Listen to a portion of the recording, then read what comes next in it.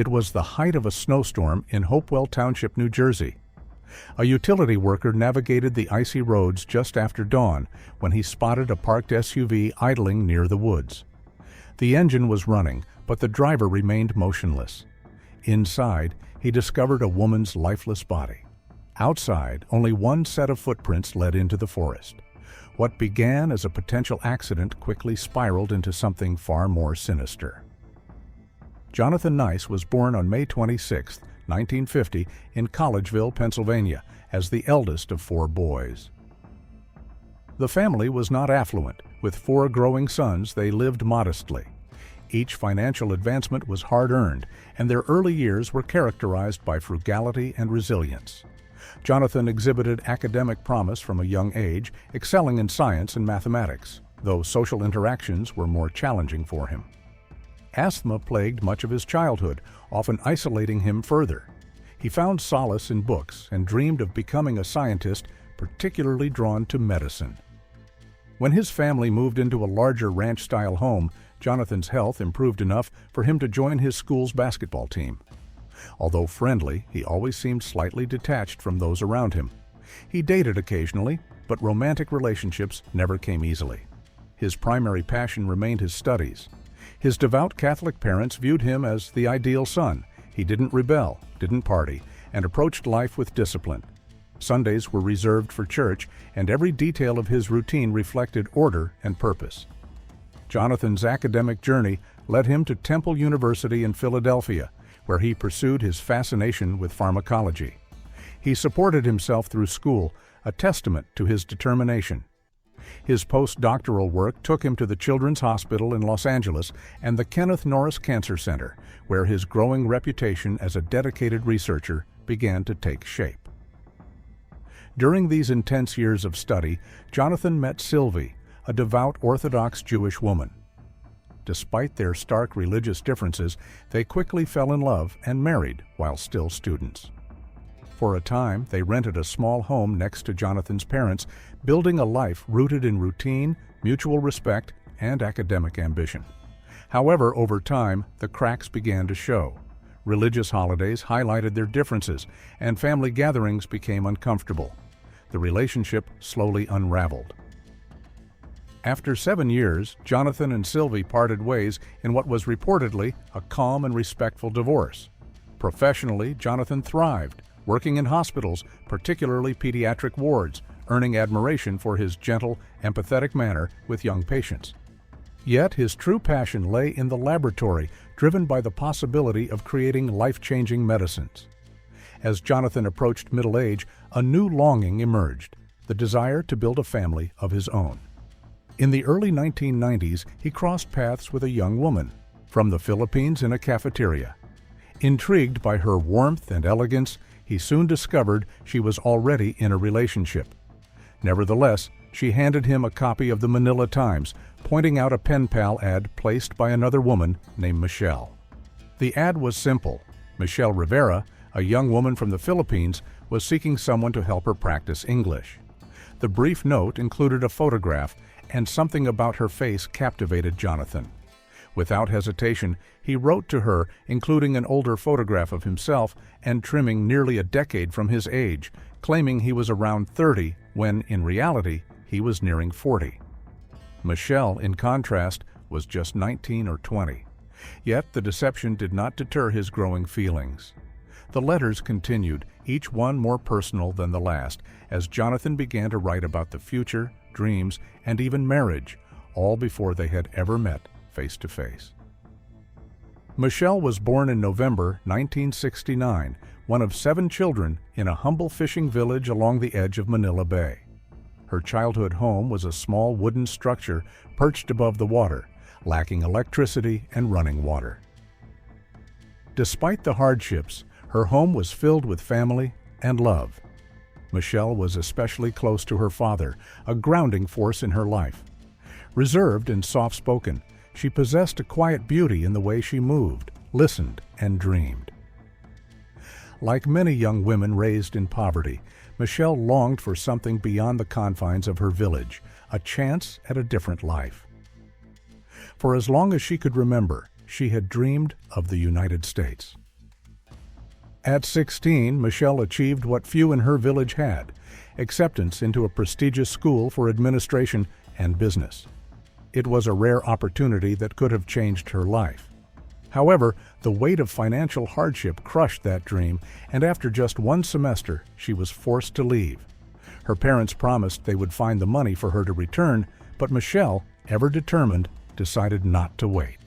She moved in with an aunt in a neighboring town where she found work as a waitress. That town happened to be near an American military base, and foreign faces and English words became part of her daily life. Realizing that if she was ever going to make it to the States, she had to learn English, she placed a small ad in the Manila Times seeking a pen pal to help her learn. That ad would change the course of her life. Jonathan answered the ad.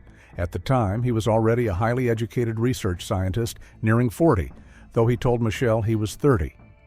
He sent her an old photo, one taken years earlier, presenting himself as youthful, successful, and ready to settle down. Michelle was in her late teens or early 20s, and the letters began to flow between them, crossing oceans over months. Jonathan spoke of marriage and children, of a life built together in America. For Michelle, family had always come first. The prospect of marrying a stable, successful man from the United States must have seemed like a dream, perhaps even destiny. Neither of them told their families. Their romance was secret, nurtured in ink and paper. But after months of correspondence, Jonathan made a life-altering decision. He would travel to the Philippines, and they would marry. He had never met her in person, yet he was so certain of their connection that he began planning a wedding. Their first meeting took place in June 1990. Michelle had braced herself for excitement, but when Jonathan arrived, she was taken aback. He looked nothing like the man in the photograph. He was visibly older. The gap between what he had presented and who he was in person was undeniable. Yet, Michelle still said yes.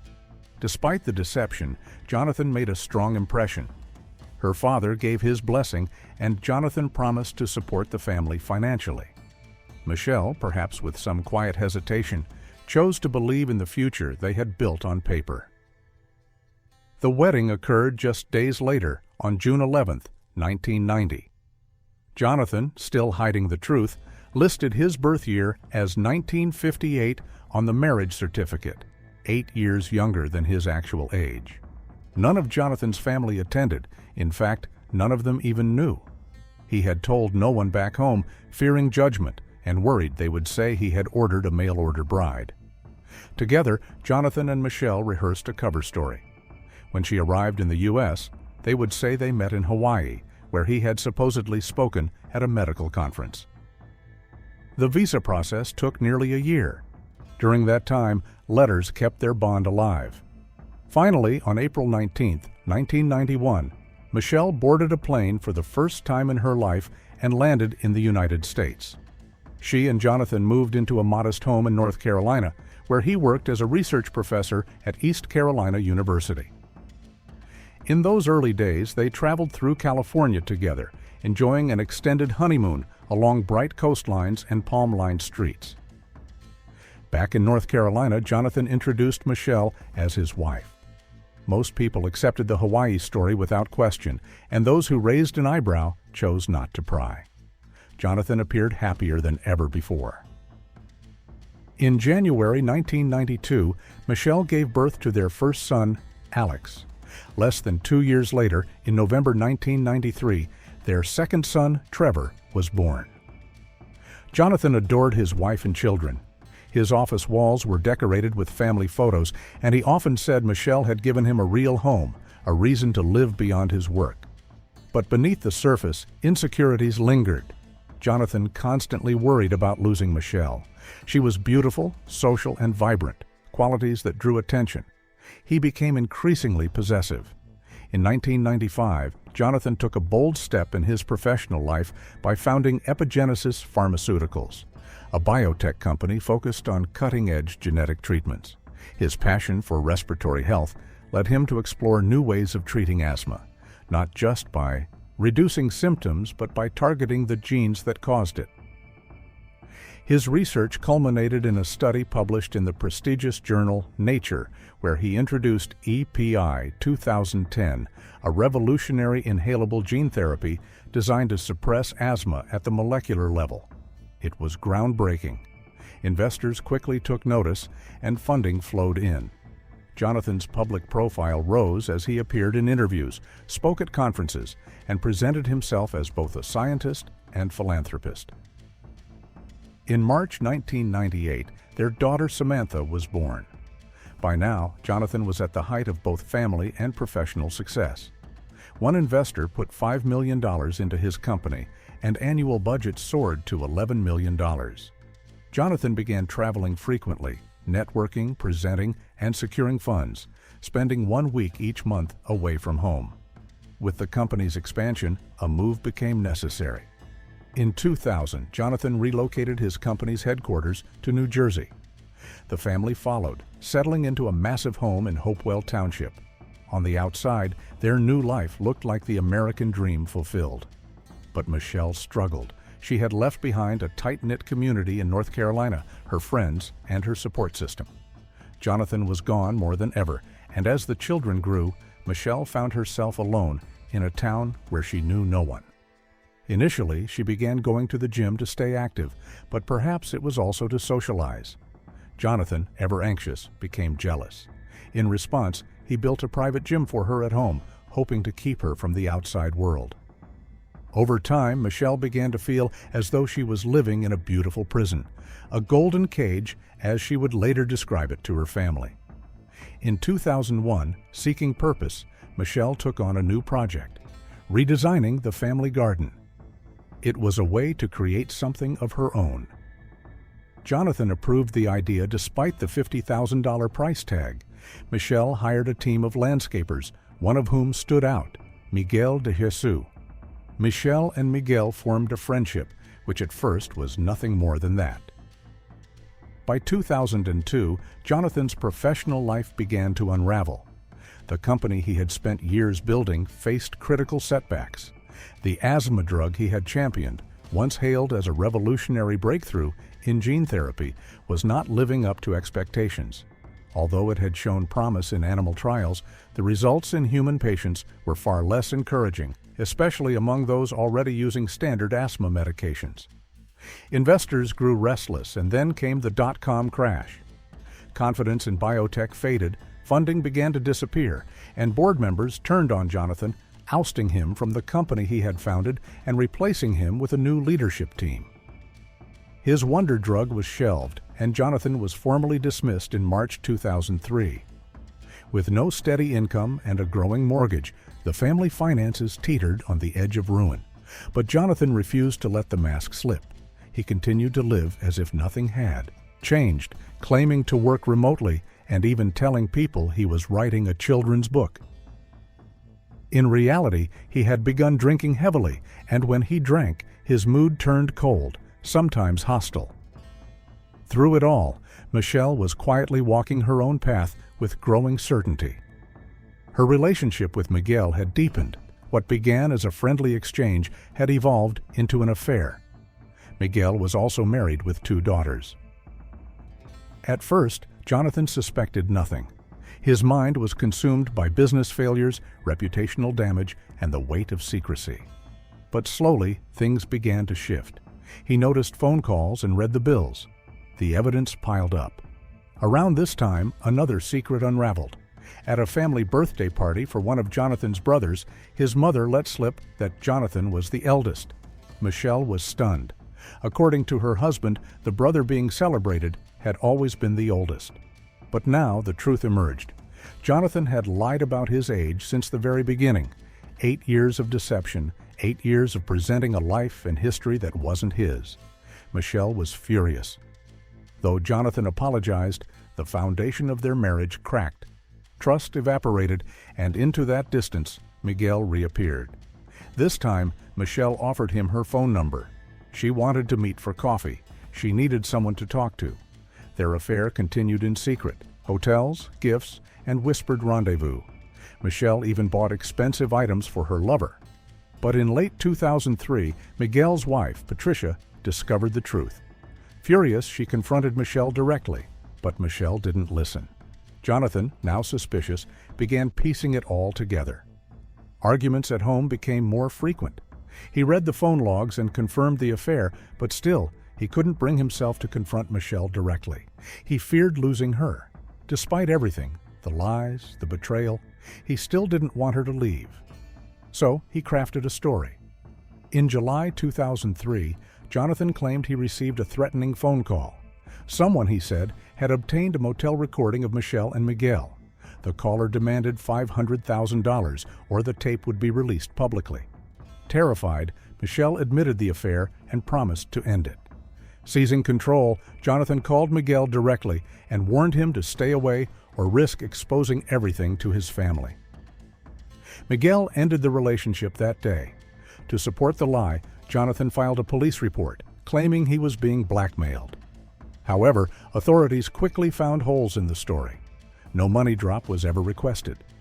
Jonathan hoped things would return to normal, but for Michelle, normal no longer existed. She had made up her mind. She wanted out.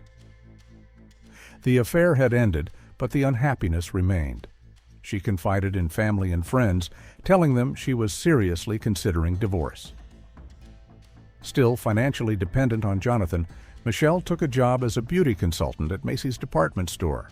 Her world was shifting, and her priorities were changing. The woman who once dreamed of America now dreamed of freedom.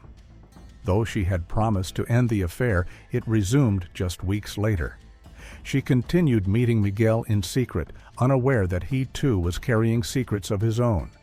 Miguel, also known by multiple aliases, was wanted for failing to pay child support in another state. His past eventually caught up with him, and he was arrested.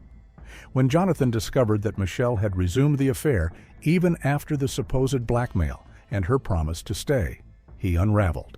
His mood, already strained, began to shift rapidly. He sought medical help and was prescribed medication, but the drugs only intensified his instability. Jealousy consumed him. Deep down, he knew Michelle was planning to leave him. On some days, he clung to the hope that she wouldn't. On others, the fear overwhelmed him. Then came the storm. On January 15, 2004, Hopewell Township was blanketed by a fierce snowstorm. But Michelle pressed on. Determined to save money to fund her divorce, she left for work as usual. She finished her shift at Macy's around 9:15 p.m., and by 10, she was with Miguel. They met at a motel as they had before and spent roughly 2 hours together. Afterward, they parted ways, but Michelle never made it home. In the early morning hours of January 16, 2004, a utility worker driving along Jacobs Creek Road noticed something unusual. A car was parked awkwardly near an embankment, its engine still running. Inside, slumped over the driver's seat, was the lifeless body of a woman. Emergency services arrived quickly. The scene was eerie, blood had frozen on the running board, and a single set of footprints led away from the car, vanishing into the snowy woods. There were no signs of a crash. The woman was identified as Michelle, wife, mother of 3, and now the center of a suspicious death investigation. The inconsistencies were impossible to ignore. The blood spatter suggested Michelle had been injured before the vehicle was parked. There were no footprints leading to the SUV, only away from it. The rear door bore signs of blood transfer, indicating someone had placed Michelle inside after she was already wounded. Most telling of all, the autopsy revealed that Michelle's fatal injuries were blunt force trauma to the head, not consistent with a car accident. Police turned their attention to the 3 individuals with the clearest motives: her husband, her lover, and her lover's wife. The investigation began with Jonathan. Initially, he appeared shocked, but his story quickly began to fracture. He contradicted himself in interviews, first claiming he had spoken to Michelle in the afternoon, then insisting it was the evening. He floated the idea that she had simply left him, that she had run away. But detectives soon uncovered Jonathan's double life: his financial collapse, the lies about his age, his jealousy, and most damning, his knowledge of Michelle's affair. Forensic. Evidence and witness statements began to close in, and eventually Jonathan confessed. He told police that Michelle had returned home around 1 a.m. that night, dressed up and fresh from her encounter. An argument erupted in the garage. Michelle told him she was leaving and began packing. Jonathan panicked. In the heat of the moment, he grabbed a nearby baseball bat and struck her once, then again. She collapsed. Afterward, he loaded her into the SUV and drove to Jacobs Creek Road, where he staged the crash scene and walked away into the snow. Jonathan was arrested and charged. At his 2005 trial, he changed his story, claiming Michelle had attacked him first, that she wielded a sharp object, and that he acted in self-defense, staging the scene out of fear. The jury accepted a plea deal, and Jonathan was convicted not of murder, but of passion-provoked manslaughter. He was sentenced to 8 years in prison, with the judge making it clear that this was a violent crime, not an accident. However, with time served and credit for good behavior, Jonathan was released on December 5, 2010, after serving just 5 years. He returned to his hometown of Collegeville, Pennsylvania, where he reunited with his children, though custody remained with his brother. Jonathan began writing again, publishing a book about his version of events and shifting the blame toward Michelle's lover. He resumed medical research, submitted papers, and for a while faded into relative obscurity, but not for long. In 2020, Jonathan was once again in the headlines, this time for fraud. Federal prosecutors accused him of running multiple businesses that marketed fake cancer treatments for dogs. Jonathan sold unapproved mixtures of bulk compounds to desperate pet owners, and in reality, the drugs were homemade, unregulated concoctions mixed in Pennsylvania. Authorities estimated that nearly 900 pet owners had been defrauded, losing hundreds of thousands of dollars. In February 2024, at the age of 70, Jonathan was sentenced to 97 months in federal prison, just over 8 years. He was also ordered to serve 3 years of supervised release and to pay a $500 special assessment. Michelle, on the other hand, was just 34 years old when her life was stolen. She had crossed oceans for love, raised 3 children far from home, and endured isolation, betrayal, and heartbreak. Yet she never gave up on trying to build a better future. She worked tirelessly, gave selflessly, and held on to hope. Her story is not merely about a crime, it is about a woman caught between worlds, cultures, expectations, and broken promises. A woman who was more than a victim. She was a daughter, a mother, a friend. Her memory deserves to be more than a footnote. It deserves to be known and honored. In the aftermath of the tragedy, Michelle's family and friends rallied to keep her memory alive. They shared stories of her kindness, her dreams, and her unwavering spirit. They spoke of her laughter, her love for her children, and her desire for a better life. Michelle became a symbol of resilience, a reminder of the sacrifices made by countless immigrants seeking a brighter future. As for Jonathan, his life continued to spiral. After his release from prison, he struggled to reintegrate into society. The stigma of his past followed him, and opportunities were scarce.